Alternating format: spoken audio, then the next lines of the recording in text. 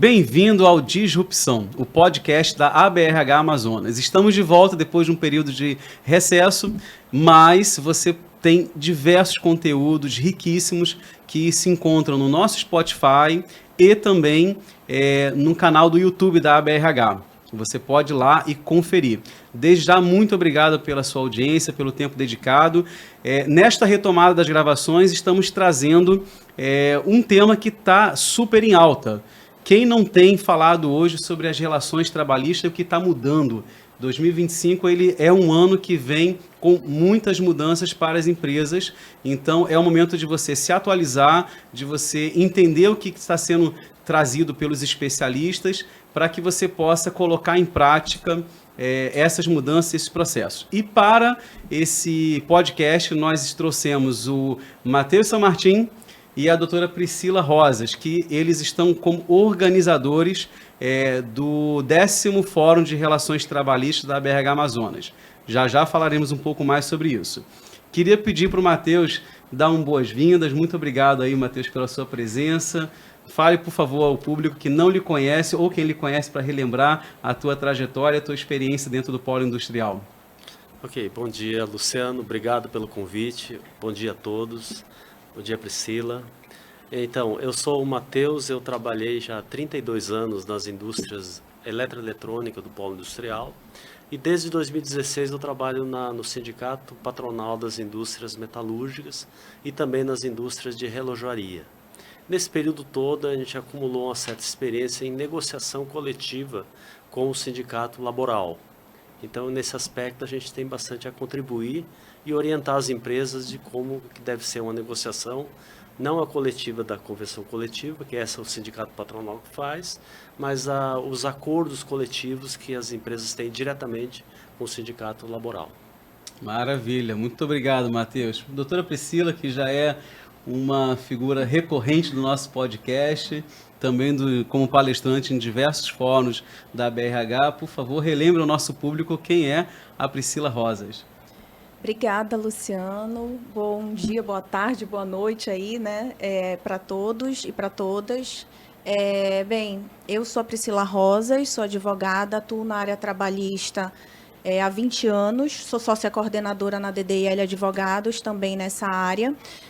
Membro da Comissão de Direito do Trabalho na OAB Amazonas e atualmente estou na Diretoria de Relações Trabalhistas da BRH, nesse triênio aí de 2025-2027, para também, junto com o Matheus, contribuir com as empresas e com o que for necessário.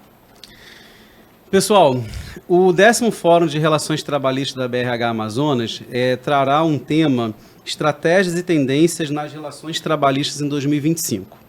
Quando nós falamos sobre estratégia e tendência, certamente falaremos sobre a novo ajuste ou, na verdade, a obrigatoriedade a partir do dia 25 de maio, da NR1 com relação às doenças psicossociais. Certamente falaremos desse tema que está super em alta. Mas, dando início aqui a esse episódio sobre o Fórum de Relações Trabalhistas, nós queríamos iniciar sobre tendências e desafios, né? O que nós temos de tendências e desafios para esse ano, né? E Priscila, olhando para o teu aspecto jurídico, que é onde você atua em diversas empresas, quais tendências jurídico-trabalhistas você acredita que terão maior impacto neste ano? Bem, como você mesmo já adiantou, a gente vai ter uma pegada aí muito forte nessa parte de segurança e saúde do trabalho voltada para a questão mental, tá? Então, eu acho que, puxando esse tema, nós vamos ter outras questões que estão interligadas com isso, como, por exemplo, verificar sobrecargas de trabalho, trabalhos além da jornada, escalas de trabalho. Então, eu acredito que, como realmente este ano de 2025, por conta da NR1, que passa a vigorar aí a partir de 26 de maio, nós vamos ter uma tendência muito forte a esses dois temas, tanto carga horária de trabalho, quanto a questões ligadas à segurança e saúde do trabalho dentro das empresas, com um foco maior na saúde mental. Maravilha. Então, nós teremos carga horária e a questão dessa adequação da NR1. Falando de NR1, Matheus, assim, como é que está a procura das empresas junto ao sindicato patronal para buscar essa atualização? Pelo menos, assim, teve um último...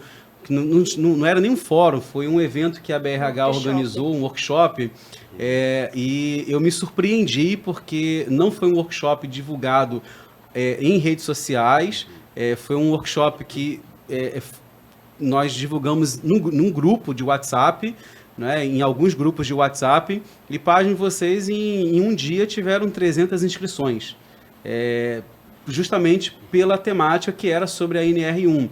As empresas estão buscando o sindicato? Como é que está sendo essa participação do sindicato junto a essa temática que está tão deixando os RHs, as empresas, gestores de cabelo em pé? É uma tendência muito grande das empresas se manter atualizado conforme as mudanças na legislação.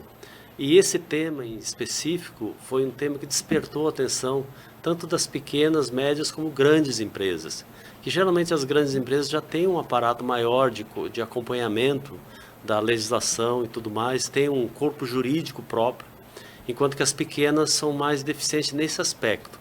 Mas esse evento da NR1 foi um evento que despertou interesse em todas as empresas, que todas querem atender, verificar o que precisa ser feito internamente para que tenha o atendimento legal à NR1 quanto aos aspectos psicossociais. Então foi um tema que teve grande relevância e a gente vai desenvolver outros trabalhos em função para levar aos associados e às indústrias informações sobre esses temas aí. Maravilha. E Priscila, entrando um pouco mais nesses dois temas que você entende que são os desafios assim, e tendência para esse ano. Quando nós falamos sobre carga horária, você está trazendo isso também pela questão da NR1? Certamente, porque isso é um fator de risco psicossocial, que dentro do gerenciamento, né, das empresas, gerenciamento dos riscos ocupacionais, GRO, vai ter que ser trabalhado. Então, se você tem uma cultura dentro da tua empresa de uma carga horária de trabalho excessiva, onde é comum a gente ultrapassar ali as 8 horas permitidas, às vezes até um pouco mais, porque tem empresa que compensa o sábado, no decorrer da semana, mas a gente tem uma limitação pela legislação, que são as 10 horas, então não posso ultrapassar das 10 horas, e além disso a gente tem outras questões de ordem prática que muitas vezes, dentro ali daquele plano de produção, exigem uma sobrecarga que se torna habitual, quando na verdade deveria ser exceção. Pontual. Exatamente.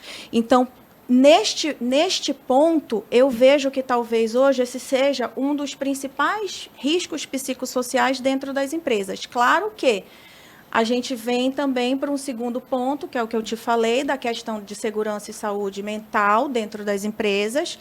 E aí você vai discorrer várias outras questões de riscos também psicossociais que terão que ser mapeados dentro do GRO, que fica, né, faz parte do PGR, para a gente trabalhar na prevenção, porque a NR ela vem para prevenir, ela não tem o poder de, em um primeiro momento, punir. A fiscalização, sim, vai, uma segunda etapa, trabalhar essa fiscalização. Então, neste momento, a gente tem que correr atrás de todas as possibilidades e medidas de prevenção para que, no momento da fiscalização, a gente possa estar atendendo.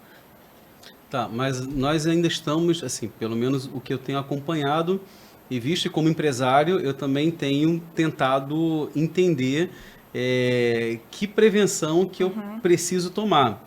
Porque eu acho que quando a gente olha para dentro do ambiente de trabalho e você tem alguma questão de risco que possa ser mensurado, em que você recebe lá um engenheiro de segurança do trabalho, um técnico de segurança do trabalho, ele faz ali uma análise, às vezes é uma questão de correção de postura, ajuste na máquina, são ajustes que a gente consegue mensurar porque o impacto ele é visível, ele é físico.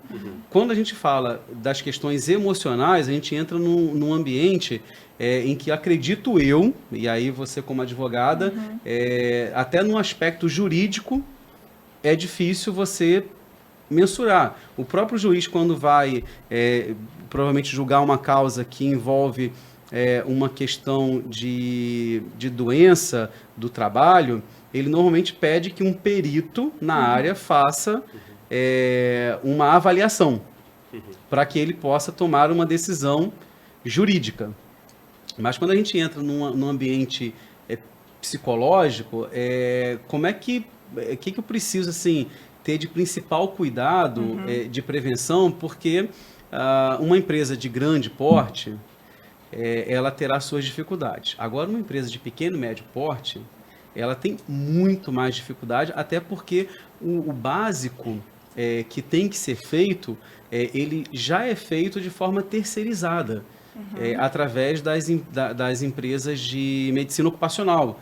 Então, assim, o que de fato, assim, um pequeno e médio empreendedor, que eu gosto muito de trazer sempre essa abordagem, né? Porque a gente não fala só para a indústria.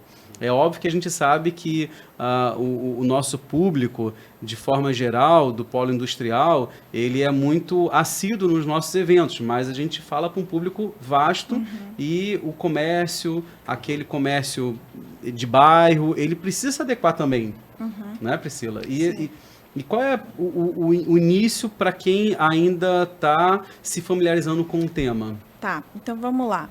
A NR1, ela é obrigatória para todas as empresas, independente do porte.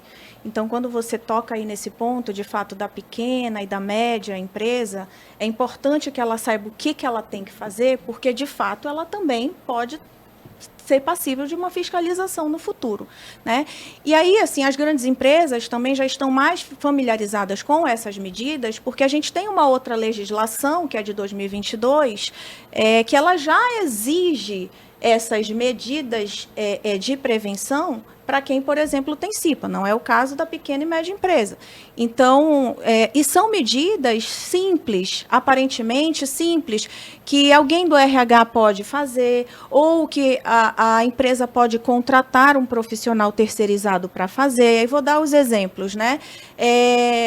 Essas palestras de prevenção, essas campanhas dentro, por exemplo, da empresa de ambiente tóxico, de escuta ativa, capacitar os seus gestores, de forma a entender as particularidades e as condições dentro do ambiente de trabalho.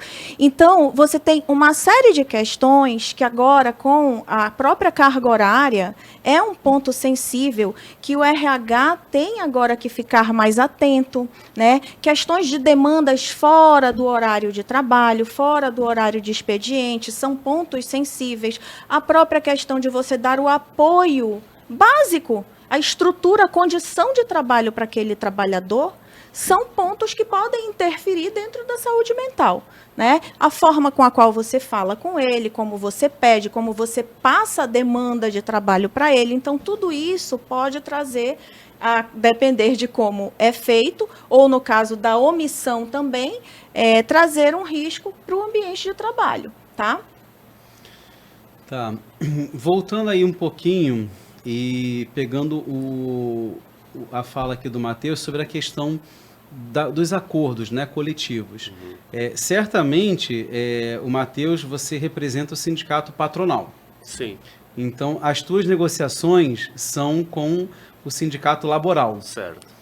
E o sindicato laboral já tem se manifestado a respeito dessa nova obrigatoriedade, né? Nova não, mas enfim, da efetiva obrigatoriedade da NR01 na parte do psicossocial? Então, essa novidade da legislação que vai entrar agora em maio, ele com certeza virá na pauta de reivindicações do sindicato laboral, que eles apresentam agora em junho, que começa a negociação da convenção coletiva de 2025. Então você começa essa conversa em junho e se estende até... Aí se estende até agosto, setembro, dependendo da situação. Então, a questão da redução de jornada já veio na pauta anterior, e nessa deve vir novamente junto com esse aspectos psicossociais. Então é importante que o SESMIT, né, que coordena hoje essa parte de NRs dentro da empresa, que ele, se ele não tem a capacitação, logicamente que não tem, mas que ele procure ajuda ou indique para a direção da empresa quais são os caminhos para se atender à legislação. Através de uma consultoria, através de uma ajuda externa, ou alguém do próprio grupo que tenha como auxiliar para evitar passivos trabalhistas no futuro. Porque se não cuidar da situação agora, que a lei está iniciando, com certeza deságua depois em passivos trabalhistas. E aí vai ser muito pior. Eu acho que a tua fala, e cabe uma reflexão para você que é da área de recursos humanos e para você que é empresário, eu acho que nós, assim, temos que de fato começar já nesse conhecimento, aprofundamento sobre a obrigatoriedade, para que você não seja surpreendido com uma fiscalização ou às vezes um processo trabalhista desse âmbito, do qual, assim, acredito que até para os juízes também serão novidades e provavelmente gerará bastante discussão no ambiente trabalhista, né? Sim. Então, acho que é o momento de você se familiarizar, buscar conhecimento. O fórum, nós iremos entrar agora um pouquinho assim na questão do fórum. Esse 10º fórum que irá acontecer dia 9 de maio, anote aí na tua agenda, 9 de maio, entre 13 e 18 horas no auditório do Senai, lá na Bola da Suframa.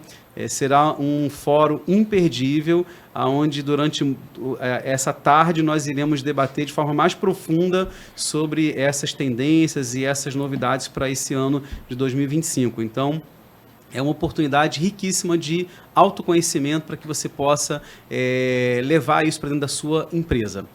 E entrando um pouquinho nessa questão do fórum, eu vejo o fórum como uma ferramenta estratégica, né? Esses eventos que a BRH promove, eles são sempre pautados em coisas super atuais, em temas super atuais, trazendo essa visão a nível nacional para que a gente possa estar nos atualizando. E para vocês, assim, o que motivou o tema dessa edição do fórum? Então, essa 10ª edição do Fórum, né, de Relações Trabalhistas, foi escolhido o tema Estratégias e Tendências nas Relações Trabalhistas em 2025. Então, para ser bem atualizado e trazer o que há de bom. Os palestrantes, eu gostaria só de citá-los aqui um pouco. O primeiro de abertura é o Dr. Cláudio Guimarães, que vai abordar o tema o cenário atual das relações trabalhistas e sindicais no Brasil. Depois a gente entra com a segunda parte, que vem o painel 1, que é negociações coletivas, onde eu serei o mediador e estará conosco a doutora Raquel Pimenta, que é chefe de negociações coletivas do Ministério Público do Trabalho. Tem a doutora Francinete Lima, que é superintendente regional do trabalho. E o doutor Valdeci Soares, que é meu colega, que advoga no contencioso trabalhista e também nas negociações coletivas de vários sindicatos patronais, inclusive da Federação das Indústrias. Então ele tem muito a contribuir com esse painel aqui. Depois vem um outro painel, onde vai ser a doutora Jane Silva, onde é as jornadas de trabalho e os impactos na produtividade e no bem-estar. Também é um tema bastante relevante, atual. Junto com a doutora Jane vai ser a Daniele Lima, que é gerente RH da Sodécia, o doutor Armando, que é um advogado trabalhista bastante conhecido na nossa região, e a Letícia Gomes, que é gerente de RH do Grupo Alemã. Então, esses são do segundo. Então, nós teremos palestras e painéis para poder discutir de forma bem profunda os temas. E um muito importante é da palestra local da doutora Priscila Rosas, que vai abrilhantar, falar da Lei 14.457 e o papel preventivo contra o assédio e ambientes tóxicos nas organizações. Esse é um tema muito importante. Em alta. E depois a gente termina com a palestra magna do Kleber Iso, com o tema Compliance Trabalhista e as Relações de Trabalho. Então, esses são a apresentação do Fórum Trabalhista, o 10º Fórum Trabalhista. Maravilha. Priscila, e essa tua palestra? No próximo episódio falaremos um pouquinho mais. Exato. Mas o que você planejou para não ser gerar uma conscientização sem cair no alarmismo, né? Não, a gente, na verdade, não pode cair no alarmismo. É uma legislação de 2022, eu vou falar ela aí mais adiante, num próximo episódio. Muitas empresas já fazem isso, Luciano, graças a Deus já fazem. Diferentemente da NR1, essa é uma legislação que ela é mais voltada para as empresas que possuem determinados requisitos, né? Então, pequenas e médias empresas já não têm essa exigência da 14.457, mas eu digo que ela traz muitas ideias, a 14.457, que se aplicam à questão da NR1, por exemplo, né? Então, dentro da 14.457, a gente tem várias medidas de prevenção que eu vou falar mais adiante, que a gente pode trabalhar para atender a NR1, por exemplo. Maravilha. Então esse fórum, pessoal, está imperdível. Não perca, dia 9 de maio, repetindo, 9 de maio, no auditório do Senai, na Bola da Suframa. Vá, se atualize das tendências para 2025. Continuando o nosso bate-papo aqui, Priscila, essa jornada que você tem feito de trazer mais conhecimento, como é que está sendo feito já a aplicação, se você puder citar, dentro de algum cliente, algum case que você fala assim, olha, eu tenho um cliente, não precisa citar o nome, enfim, mas olha, já está sendo feito isso, já como um exemplo para as demais empresas, porque é importante nós entendermos na prática o que já dá para fazer. Claro que estamos conhecendo essa nova obrigação, estamos nos aprofundando nisso, contudo, dia 25 de maio está logo aí. Né? Então, dá um exemplo assim, bem prático para a gente, por favor. Vamos lá. Qual é a minha recomendação? É realmente que as empresas marquem reuniões ou comecem grupos de estudo para debater a NR1. E isso é feito por meio de uma equipe, vamos dizer assim, multidisciplinar, porque não é só o advogado ou só o médico do trabalho, para aquelas que têm o médico do trabalho dentro da empresa ou que tem o seu SESMIT terceirizado, e nem para o RH de forma isolada, atender a legislação. Então, cada área dentro da empresa tem um papel a contribuir para se atingir a finalidade proposta pela NR1, que é a prevenção dessas questões de saúde, não só mental, mas com a nova NR1 que a gente chama, trazendo essa questão para dentro da NR1. Então, o que a gente está propondo é que essas reuniões comecem a ser feitas entre várias áreas da empresa, inclusive talvez produção, porque eu digo que muitas vezes a área de produção é aquela área mais focada na atividade fim, onde talvez essas questões não sejam tão significativas, mas que agora é necessário entender essa relevância, para que a gente não fique em desequilíbrio. Então, eu tenho uma legislação que tem que ser atendida, eu sei que muitas empresas têm ali uma produção também para ser atendida, e a gente vai ter que chegar num consenso para que a gente não tenha um desequilíbrio dentro do ambiente de trabalho. Né? Então, reunir o SESMIT, reunir o jurídico, reunir a equipe de RH é uma boa estratégia neste momento, onde você vai ouvir todos, cada um vai colocar ali a sua contribuição, mapear os riscos, fazer o gerenciamento dos riscos, que todo mundo já sabe quais são. Então, identificar esses riscos e ver de que forma cada área pode se comprometer e de que maneira isso vai ser aplicado, né, por meio ali de um plano de ação, que é uma segunda etapa do GRO, né, do PGR. Tá, então, eu acho... Então, nesse primeiro momento, discutir, Exato. Até porque, assim, de empresa para empresa, a gente está falando de uma questão de saúde mental. Cada empresa ela terá a sua necessidade. Uma talvez um problema específico que tem que ser tratado, outras terão outras temáticas. Então, de fato, uma discussão entre gestão e equipe técnica, né? Convide aí o seu advogado, convide os seus analistas, para que possam discutir esse tema. Eu acho que realmente está aí uma dica de ouro para que você possa já implementar isso, porque isso trará uma discussão interna e toda discussão gerará bons frutos. Eu acho que também seria interessante, e aí é um papel da parte de medicina ocupacional, dar uma observada, porque a gente sabe que polo industrial tem obrigatoriedade do plano de saúde.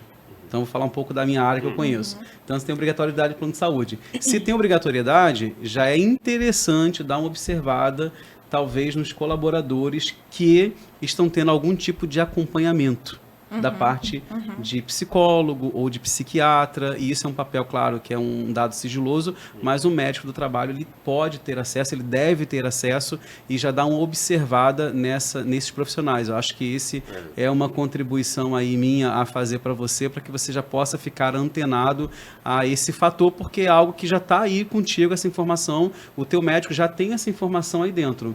Concorda, Priscila? Concordo. E aí, assim, também acho que um bom momento, como a gente veio falando lá fora, para as empresas estudarem essa questão do psicólogo dentro das empresas ou de forma terceirizada, porque é, na minha opinião, o profissional que vai ter esse olhar mais sensível para a questão da NR1. O médico do trabalho ele tem um papel ali mais preventivo, vai também auxiliar o SESMIT, mas eu penso que um especialista voltado mais para essa questão psicológica vai também poder ajudar as empresas e fazer essa diferenciação do que é, de repente, um fator interno de risco ocupacional ou um fator extralaboral, né? Então, fica aí também mais essa dica, porque eu acho que isso vai ser uma tendência, essa questão da consultoria aí de profissionais da área de psicologia. Até porque, se nós pararmos para poder analisar friamente, dentro da medicina, né, seja ela qual aspecto que for, não dá para um engenheiro, vamos falar assim, não falando de medicina, mas quem vai estar lá fazendo hoje um ajuste na tua resposta junto a essa temática. Vai ser tua empresa de medicina ocupacional, com ou médico, ou engenheiro do trabalho, ou técnico de segurança do trabalho, mas a gente está falando de uma questão que é mental. Então, realmente, o que a Priscila está falando faz total sentido. Essa lei, ela passará por muitas mudanças à medida em que ela for aplicada, porque, na minha concepção, eu não posso fazer ali uma defesa de um processo trabalhista sem ouvir um profissional da área de saúde mental, um psiquiatra ou um psicólogo.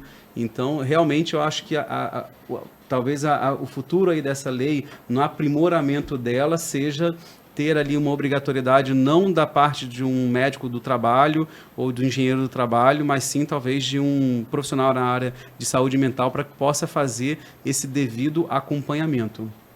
Luciano, se me permite, eu queria encerrar fazendo o convite para o nosso fórum, mais uma vez, né? O nosso 10º Fórum de Relações Trabalhistas, eu e o Matheus, estamos coordenando esse ano, no dia 9 de maio, né, Matheus? Isso. Por favor, então, às 13 horas. 9 de maio, das 13 às 18, no auditório do Senai, da Bola da Suframa. Esperamos todos vocês lá. Nas nossas redes sociais, nós temos maiores informações também lá no ABRH Amazonas, tá? Então, deixa aqui o nosso convite, meu agradecimento ao Matheus e à Priscila pela participação, pelo conhecimento que estão trazendo. Não perca os nossos eventos, não perca, acompanhe pelas redes sociais. Então, você pode entrar lá no Instagram da BRH, você pode entrar nas demais redes sociais da BRH e acompanhar. Não perca o nosso fórum e no próximo episódio nós falaremos sobre a Lei 14.457, a lei que está aí já desde 2022, né, conforme a Priscila falou, e que ela tem essa total conexão com a NR01. Além disso, iremos falar sobre a lei na prática. Então, aguarde o próximo episódio e confira os demais que temos hoje disponível no Spotify e no YouTube. Muito obrigado.